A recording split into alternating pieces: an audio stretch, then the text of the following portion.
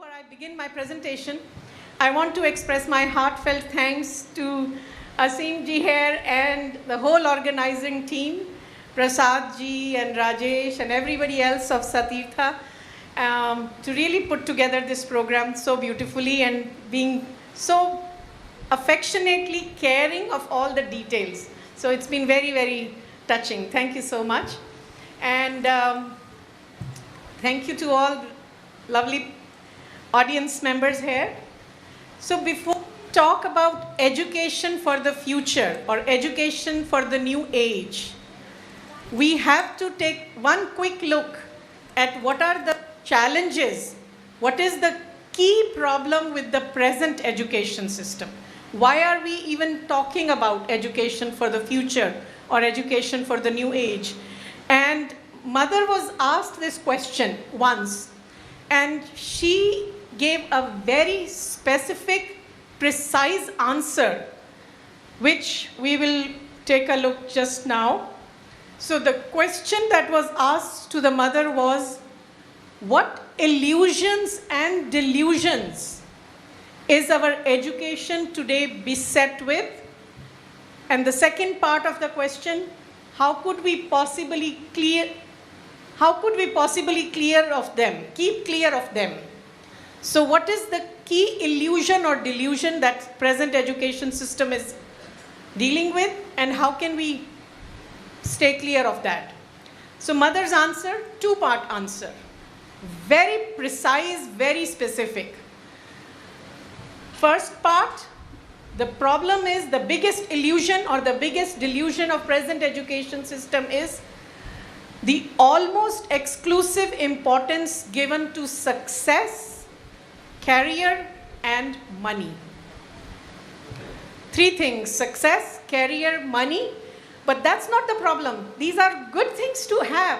But the problem is the exclusive importance given to that. That's number one. The second part, which is how can we stay clear of it?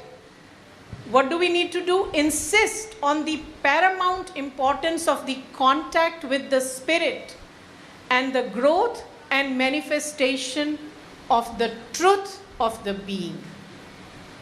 I could actually just end my presentation here, because this is truly the insight into education for the future that we get from Mother and Sri Aurobindo.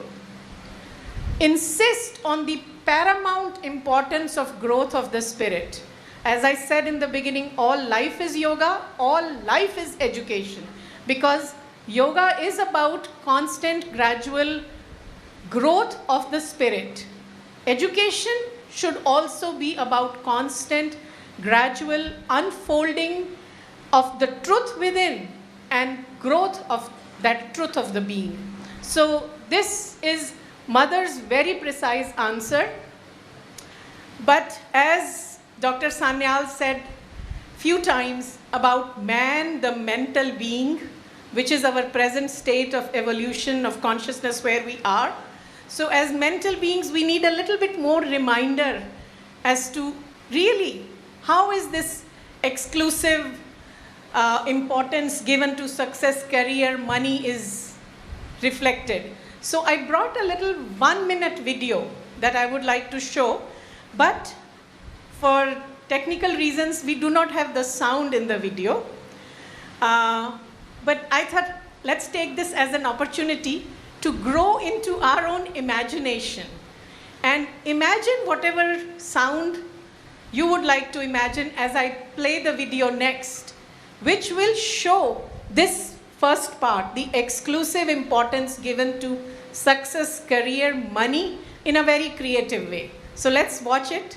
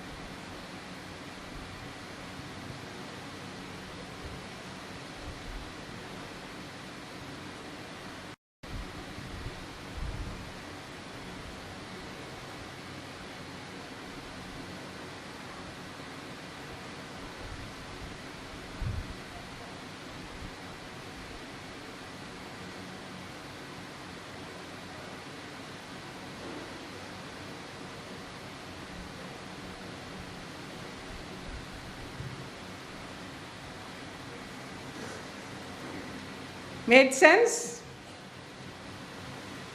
Yeah? If somebody is interested, I'll share the video. You watch it with sound, it's actually more interesting to watch it that way. But you got the gist that all the social media, the addiction to speedy bikes and all this being taken out of mind and being replaced with books, importance to career, maybe a little bit of art, little bit of literature, little bit of painting, and at the end of it all, career, as a doctor, as an official, whatever. This is all education has been reduced to. And then with a little bit nice band on mind. Nothing about the heart, nothing about the spirit. All about pouring things in, right? So this is the present state of education that we are in.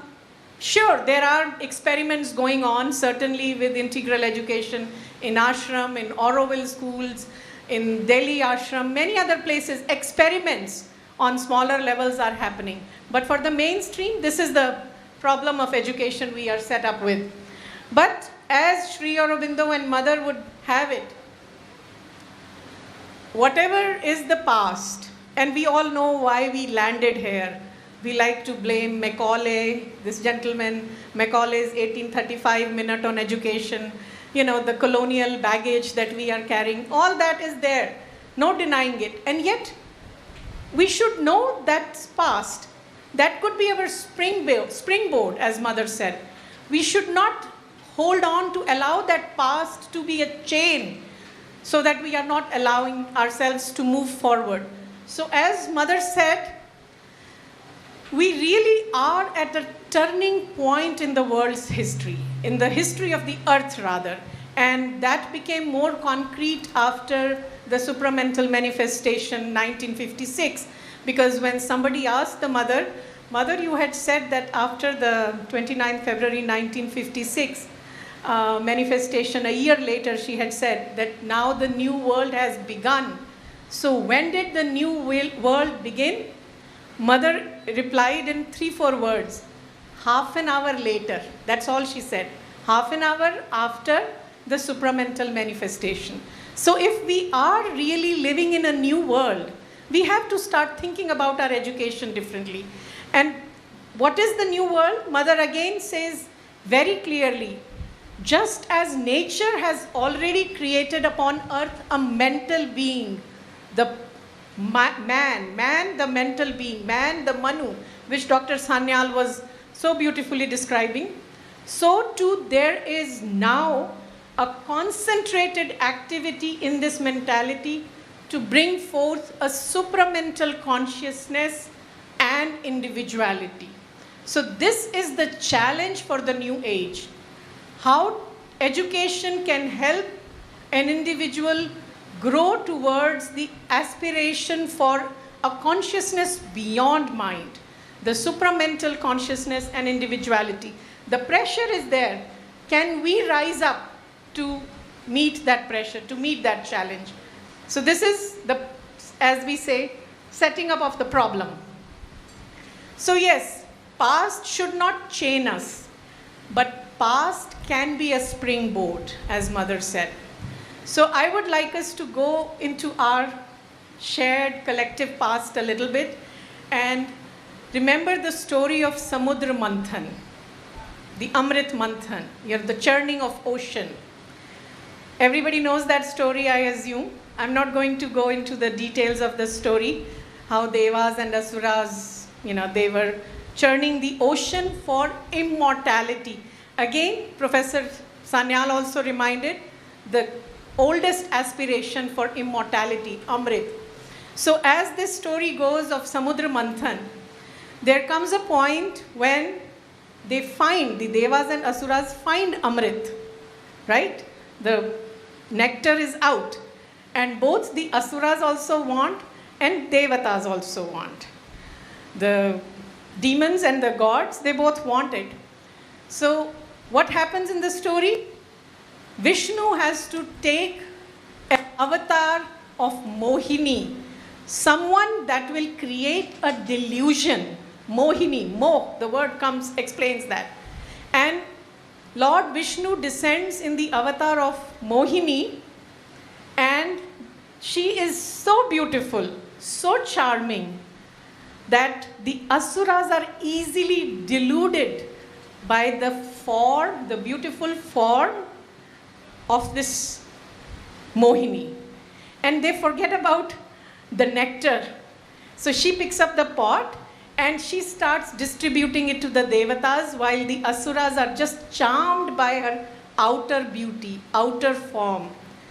Devatas on the other side could see beyond the form of Mohini and could see that Mohini is nothing but Vishnu himself, the Supreme himself. So they got the nectar and the asuras did not get the nectar, right?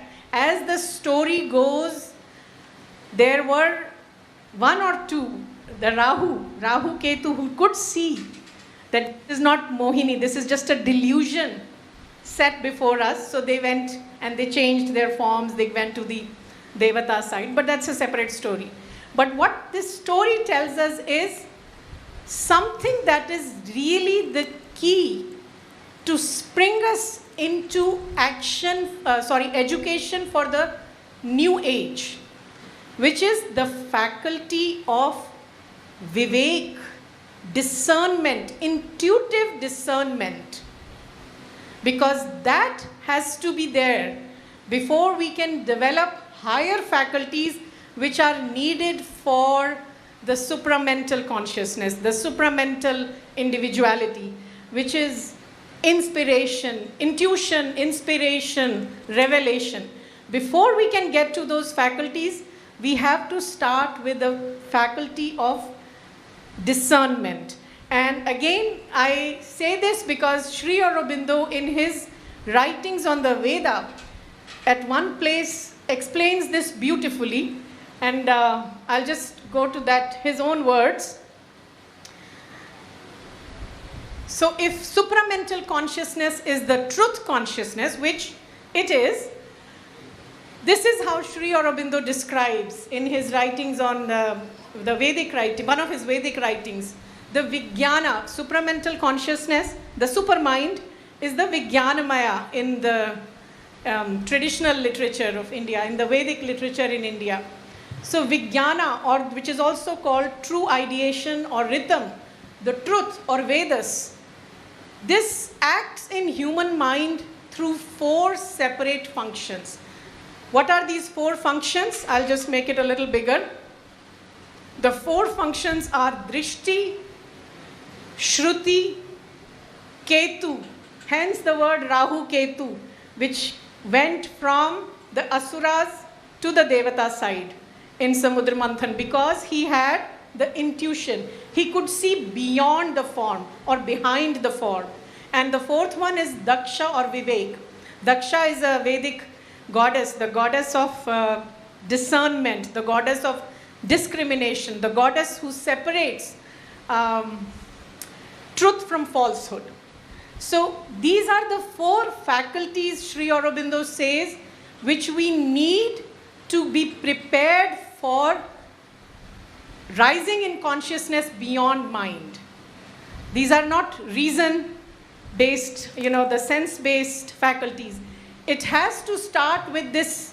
The gradation starts from Vivek Shakti. At one place, Sri Aurobindo defines Vivek Shakti as an intuitive discernment. It's not a reason-based discernment. It's not a mental analysis of what is true, what is not true, or what is right, what is wrong. It's more of an intuitive discrimination that happens. The Vivek Shakti which the Devatas had and the Asuras did not. And then beyond that is intuition. Then comes Shruti, the hearing. Now, what is this Shruti? Hearing of some word that can inspire us.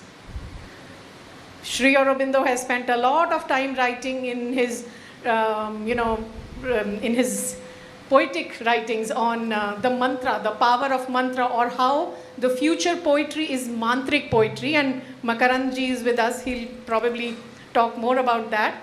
But That's again for future, for the new age that is dawning upon us.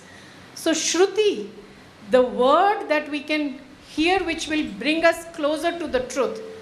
And then eventually having a sight, having a vision that can see beyond. So this is the age. These are the, the Shruti and the Drishti. These were the powers that we associate with rishis, right? We call our rishis Satya Drishta and Satya Shrota. Those who can see the truth and who hear the truth. These are the faculties that we need in our education also. Our education should facilitate the development of these faculties if it has to prepare generations for the new age that is upon us. Some of it will be clear. By the way, there is another beautiful story about the Shruti. Again, how past can be a springboard. There is a story in Brihadaranyaka Upanishad where three kinds of people, or three kinds of, we could say, beings, go to Prajapati. So one group is the gods, the devatas, one group is the human beings, one group is the asuras, the demons. So when the gods go to Prajapati and ask him, give us the word, give us a teaching. And Prajapati tells them only one syllable, the. And then the gods say, okay, we got the Shruti, we got the word. And then Prajapati asks him, do you understand what this means? And the gods reply, yes. The means Damyata, which means to be self-controlled. Just one word, whole life lesson is there. Then go the human beings. Prajapati, give us some lesson, give us the word. Prajapati gives the same syllable, the. And then Prajapati asks, you got the lesson? The people, the human beings say yes. The means datta, to give, to be generous. One syllable, one word, whole life lesson. Then the beast's turn comes. Prajapati, give us the word, same syllable, the. And then he asks, have you understood? Yes, we have understood. That means, the means dayadvam, compassion. So the story, the lesson in the story is that all these three parts are in all of us. The godly part, the divine part, the man part, the human part, and the demonic part. For the godly part in us, we need to practice self-control. Entire yoga philosophy in that one, the. For the human part in us, we need to be generous. We need to be self-giving. Through self-giving, through surrender, entire integral yoga is there. And for the demonic part, for the asuric part in us, which is there in all of us, we have to practice compassion. These are the faculties or the skills, if we can call it. You know, the new education policy talks about skill development, life skills. How do you develop these skills? This is the challenge before education. How do you develop compassion? How do you develop an attitude of giving, generosity, self-control, right? This is the education for the new future, for the new age. Not about, we were just talking over lunch about 3-year or 4-year or 6-year degrees. Unless these things are taken care of, even if the undergraduate degree is 6 years, we'll still be churning out the same kinds of students. So, moving right along. So what we need is really a lot of rethinking of aims of education, life, progress. And as I proceed, I think it will also be clear that all these three are actually pretty connected. Certainly education and life have to be very connected, because this is another major problem. We have cut off education from life. Whereas education, as I said in the beginning, all life is about education. All life should be about education. So education has to be integrated with life. So very quickly, the aim of education, again insights from Mother and Sri Aurobindo, not to pursue only for success, but rather to pursue with this aim, increase one's perfectibility to its utmost. There was a movie that came out a few years ago, Three Idiots. Probably many of you have seen it. There was one line in the movie which captured this thing very interestingly in a very popular expression that, pursue excellence, money will come on its own, or success will come on its own, right? One character tells the other. But excellence in what? Excellence, not just mental excellence or vocational excellence, excellence in your vocational skills, but rather perfectibility of the being. Excellence of the being should be the aim of our education. As far as life is concerned, very connected to that, progressive growth of the soul, and what itself is progress. The aim of progress, which Mother reminds, is ultimately to become a more and more worthy instrument and a refined instrument of the divine. As Sri Aurobindo says, the whole manifestation comes out of delight. And if we can remember and remind ourselves again and again that the whole point of existence is for divine's delight, if we pursue excellence with this sense of delight, this excellence, this perfectibility of various parts of our being, we are becoming better and better instruments of doing the divine work in life. So if these are the aims we put ourselves for education, basically what we are talking about is not what that 1 minute film showed about pouring things, pouring information in the being, but rather allowing the individual student, the individual learner to blossom. So I have Sri Aurobindo's beautiful passage from Human Cycle this time. See, their writings are not only confined to Mother's Volume 12 or Sri Aurobindo's essays on national education. Their concern about education is there throughout their volumes.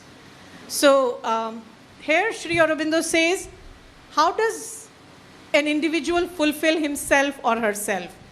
The fulfillment of the individual is not the utmost development of his egoistic intellect, vital force, physical well-being, and the utmost satisfaction of his mental, emotional, physical cravings. That's not the fulfillment, but the flowering of the divine in him. Can you imagine national education policy stating the goal of education is to allow the blossoming of the divine within an individual? I would like to be and see a new education policy talk about things like that. Flowering of the divine in him to its utmost capacity of wisdom, power, love, and universality. These are the powers that need to blossom in an individual if the individual has to fulfill himself fully and become a true and a worthy instrument of divine's delightful work, which Professor Sanyal was describing in the earlier session about, if this is all divine's Leela, divine's play, we have to be a collaborator in the divine's delightful Leela. To be the right collaborator, we have to flower that divine within. And these are the powers of wisdom, power, love, and universality. And through this flowering, the utmost realization of all the possible beauty and delight of existence. So let's just talk a little bit about these three powers. Wisdom, power, love, and universality. We'll come to that as well. Now, another thing about education is that education is not just the business. It's not just something that concerns only an individual. It concerns nation, it concerns society, it concerns the world, it concerns humanity. So there is a collective aspect, collective role of education as well. So we'll come to that in a minute. Let's just first talk about the individual fulfillment. And again, using insights from Sri Aurobindo and Mother themselves, let's talk about wisdom. The first thing that we must, or education for the future, education for the new age must facilitate is to allow spaces in the learning experience, in the teaching learning day, for experience of silence. There is a passage of the Mother where she describes 5 phases of mental education. And one of the phases, or these are not like sequential phases, or we can call it 5 aspects of mental education. One of the aspects, she says, is that the learner should also be encouraged to develop a faculty of not thinking when he or she does not want to think.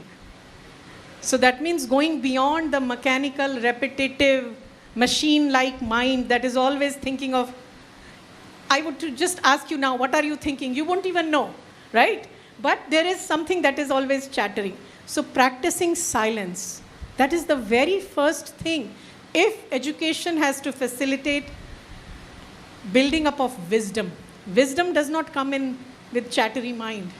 Wisdom comes with stepping back, silence. So the true way of knowing, Mother says, is mental silence and attentive silence turned towards the true consciousness, to experience that consciousness within and the capacity to receive. See, because going back to those 4 faculties that Sri Aurobindo talks of, the drishti, the shruti, the intuitive, ketu, and the vivek.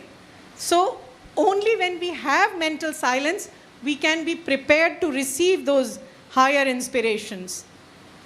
Power. This is often gets missed out. Mother at one place says, future belongs to those who have the soul of a hero. So the prayer that Mother, most probably all of you know, the prayer Mother gave to the children in the ashram school, make of us the hero warriors who have to fight the battles of the future that is yet to be realized. So again, for this, Sri Aurobindo in his various writings talk about discovery of the Aryan spirit. And at one place he talks about who is an Aryan. An Aryan is one who has a beautiful integration of the Brahmatej and the Kshatrotej. The Brahmin, the true Brahminhood, which is the one who seeks after wisdom, seeks after higher knowledge, and who has the power and courage of a Kshatriya, who can fight the battles of the future. So the perfect synthesis of the Brahman, the Brahminhood, the power of wisdom, or we can call it the Mother's aspect of Maheshwari, and the Mahakali, the Kshatriyahood, is the one who is true Aryan.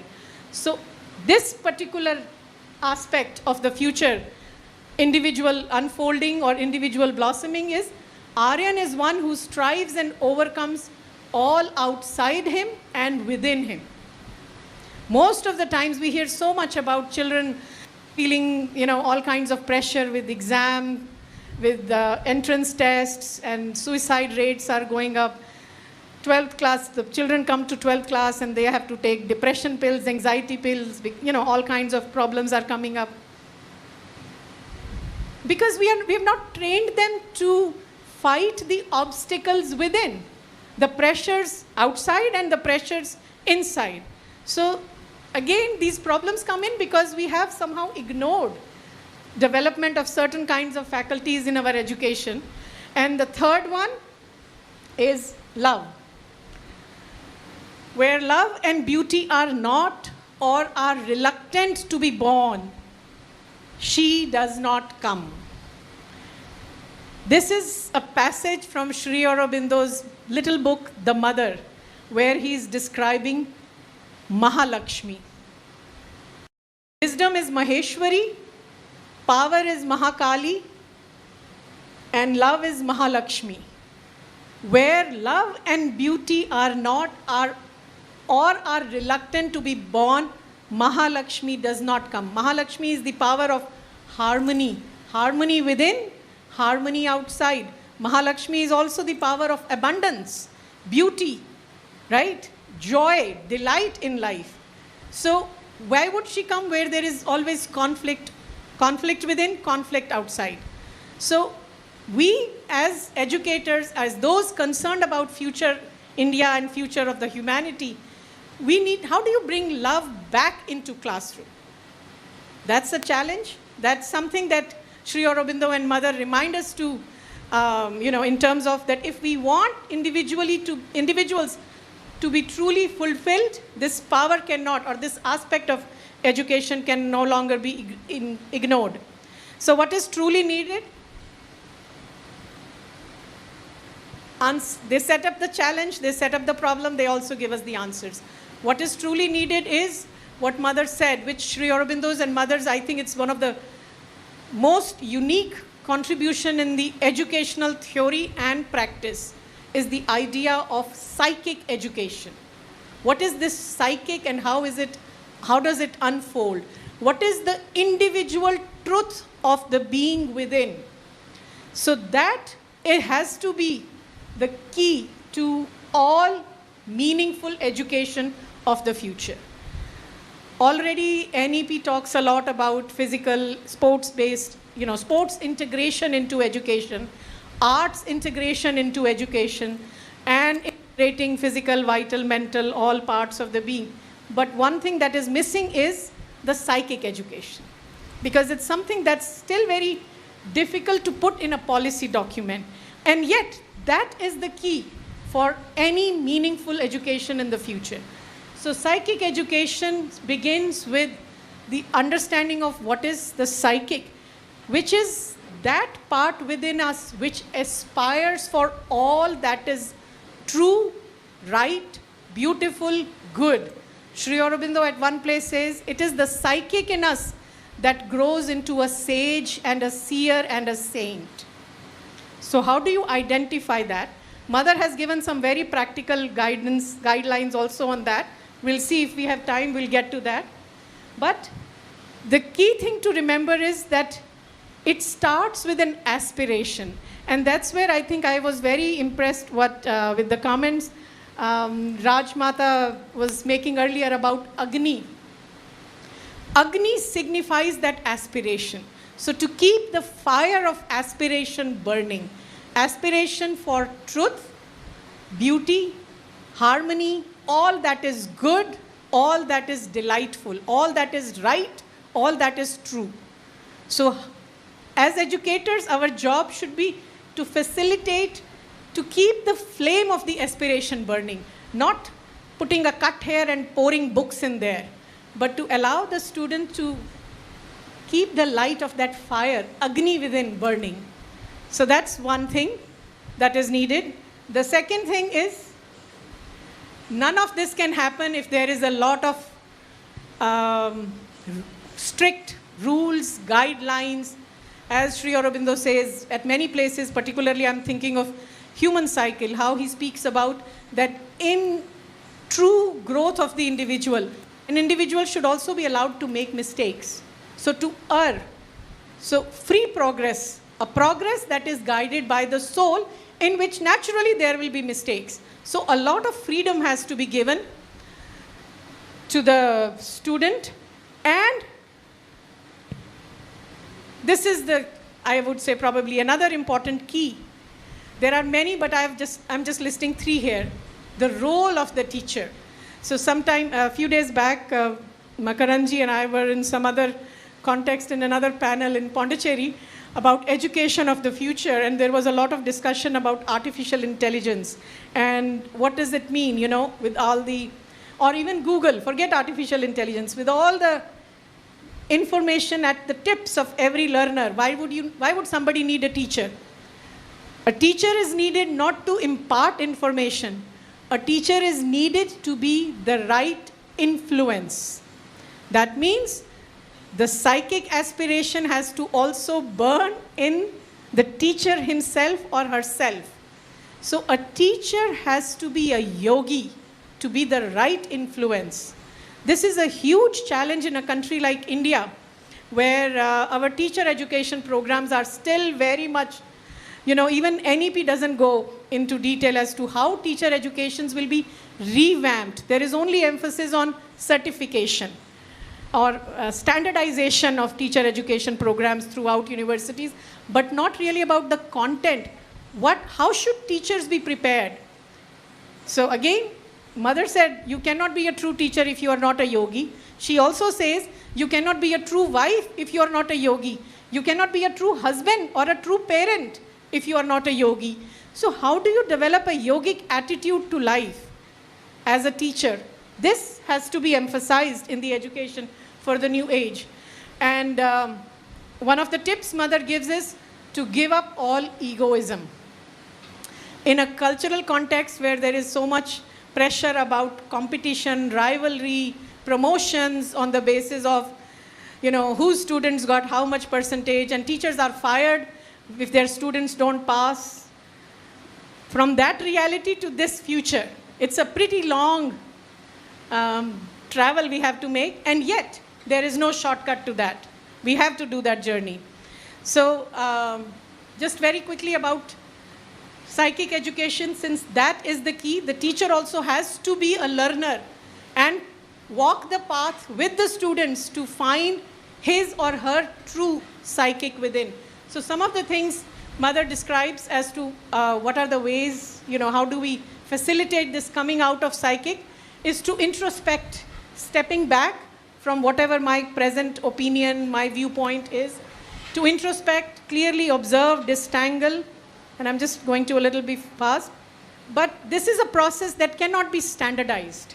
So there can be no exams for psychic education, because it's a very individualized process, everyone having their own difficulties, because we all have our own emotional, mental baggage that we are carrying.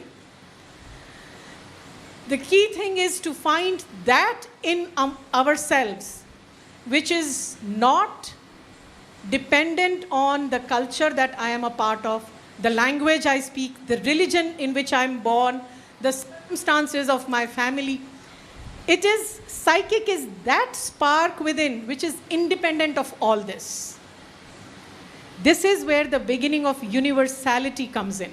If I can get in touch with that, which is not based on my language, my religion, my upbringing, my family circumstance, my regional affiliation, my nationality, nothing.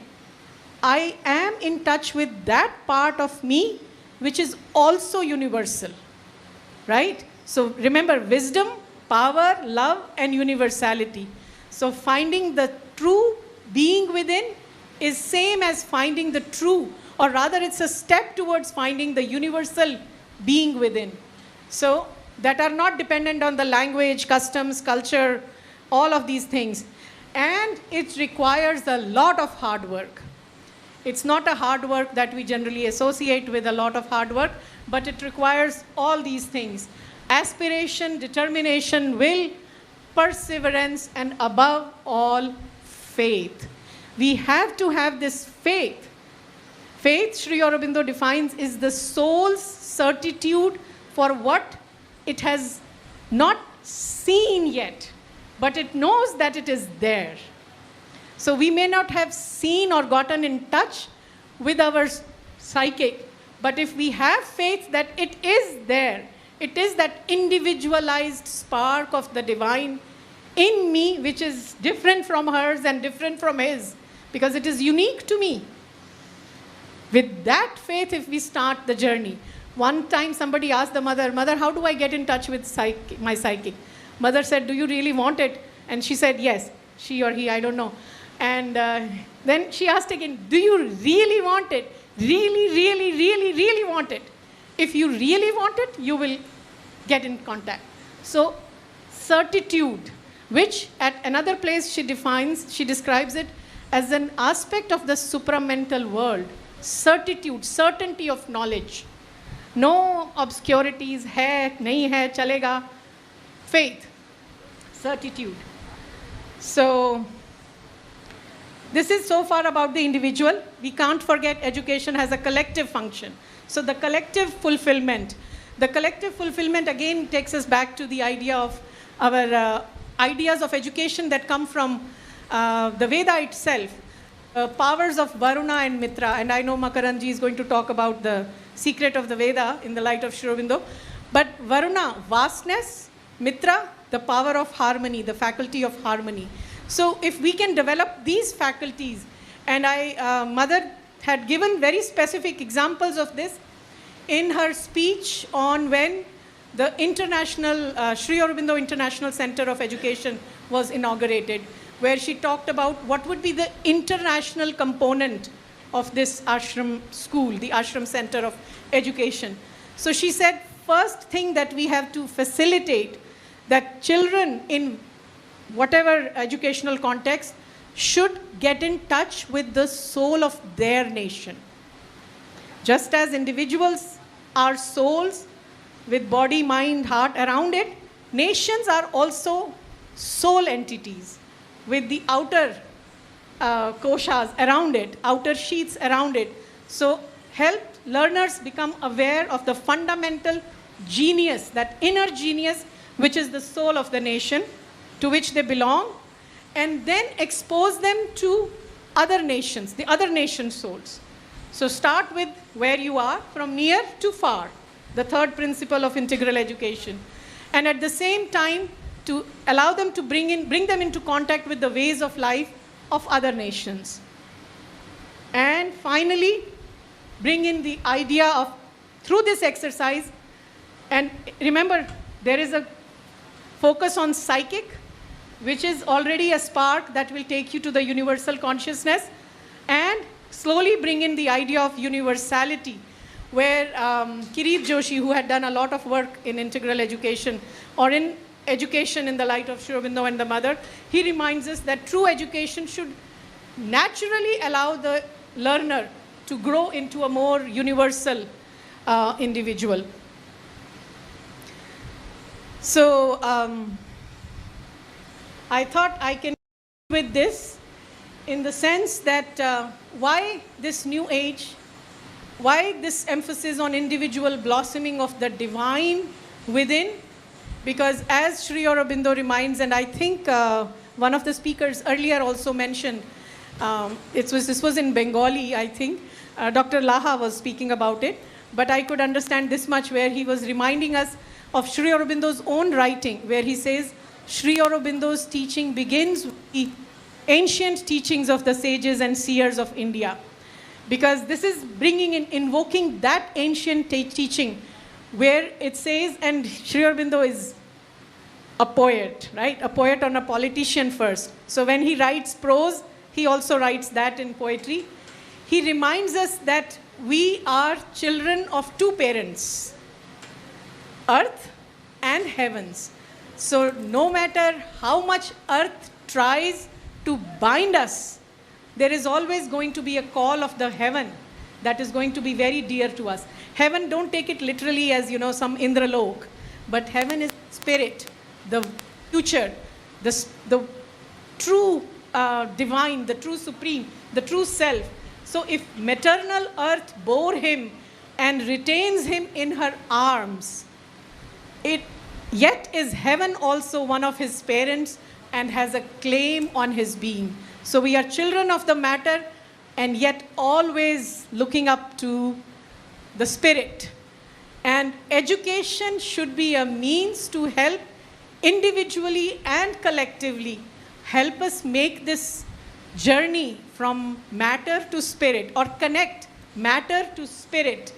It is open to him, open to the individual to become awake to profounder depths and higher heights within, and such awakening is his intended progress. This is the sabka vikas that is truly needed. This is true progress. Outer vikas is important, outer progress is important, yet that is not all. So education for the new age has to keep this up front, right in front, so that we are ready for the supramental world that is already there. And yet it is in the subtle plane. To bring it on material plane, we have to be ready to receive it, right? So this is how I think education's role is very important. And I don't know if we have time, but Mother gave some very practical advice on how to begin the journey. Do we have time or no? Huh? Okay, yeah, another 5 minutes. Because I just don't want this to become only theory. This sounds very good. But where do we begin? We have to begin from where we are, right? From near to far. And what are the extent of challenges that we are talking about? In the next few slides, these are again insights from the Mother. Sorry, I think I've already talked about this. Why is it not moving? Okay, so this is what is needed. I have collated 6 points here. Things to work on ourselves if we have to become, forget what governments will do, what educational thinkers will do. We'll start from where we are. The work that we have to do on ourselves to receive this thing. One is to give up comfort. And I'm just going to read this quickly. Give up all personal seeking for comfort, satisfaction, enjoyment, or happiness. Straight from the Upanishad, Kathopanishad. Shreyas or prayas. Seek for Shreya, not for prayas. Right? Be only a burning fire for progress. Take whatever happens, whatever comes to you as an aid to your progress, and immediately make that progress. No dejection, no depression, nothing like that. Give up, try to take pleasure, yes. Give up pleasure, but Mother is very compassionate. She's saying, try to take pleasure in all you do, but never do anything for the sake of pleasure. You know, it sounds very simple, very paradoxical, but let's try doing it. Try to take pleasure in everything you do. Oh boy, when I have to make chapatis more than 4, I have this as a challenge. You know, 4 is my maximum, 2 for me and 2 for my husband. So that I have to move on to rice, cooking rice. Never get agitated. Never get excited, nervous, or agitated. Remain perfectly calm in the face of all circumstances. Flight is delayed, we are agitated. I am really very tired and the electricity goes, oh boy, AC is not working, we are agitated. So, all kinds of things. And yet, be always alert to discover what progress you still have to make. So these are 3 things, and there are 3 more. Never accept anything on its face value. Never react on anything on what you see on the surface. The truth is always several layers behind or beyond that. So never take physical happenings at their face value. They are always a clumsy attempt to express something else. Stop complaining. This is, again, sounds simple, not very easy to do it. Every moment, if we have to, constantly aspire for getting in the touch with the psychic, allow the psychic to emerge. Never complain of the behavior of anyone unless you have the power to change in his nature what makes him act in this way. And if you have the power, change him instead of complaining. This is our national pastime. We are always complaining about what American president is doing or not doing, or what the UN should do or should not do, whatever prime minister is doing right or doing wrong, always complaining. Never, we don't know what are the pressures they are working under. So stop complaining unless you have the power to change what they are doing or the way they are behaving. And never get bored. Mother at one place said, people who get bored easily are the most boring people. One can find in everything a chance to progress in consciousness and self-mastery, and this effort for progress immediately makes the thing interesting, no matter what it is. So never get bored because you are just telling the world that you are a boring person. Try to find what you can learn from it. So I'm not saying like just for you, it's for all of us. This is how we begin the journey, which is a very long journey, to allow the psychic to become the leader. Not the mind. That's the next thing. Psychic has to be the leader of our evolutionary march. If we have to grow into the true individual who is ready to receive the new future, the new age. So with that, I conclude. Thank you so much for listening.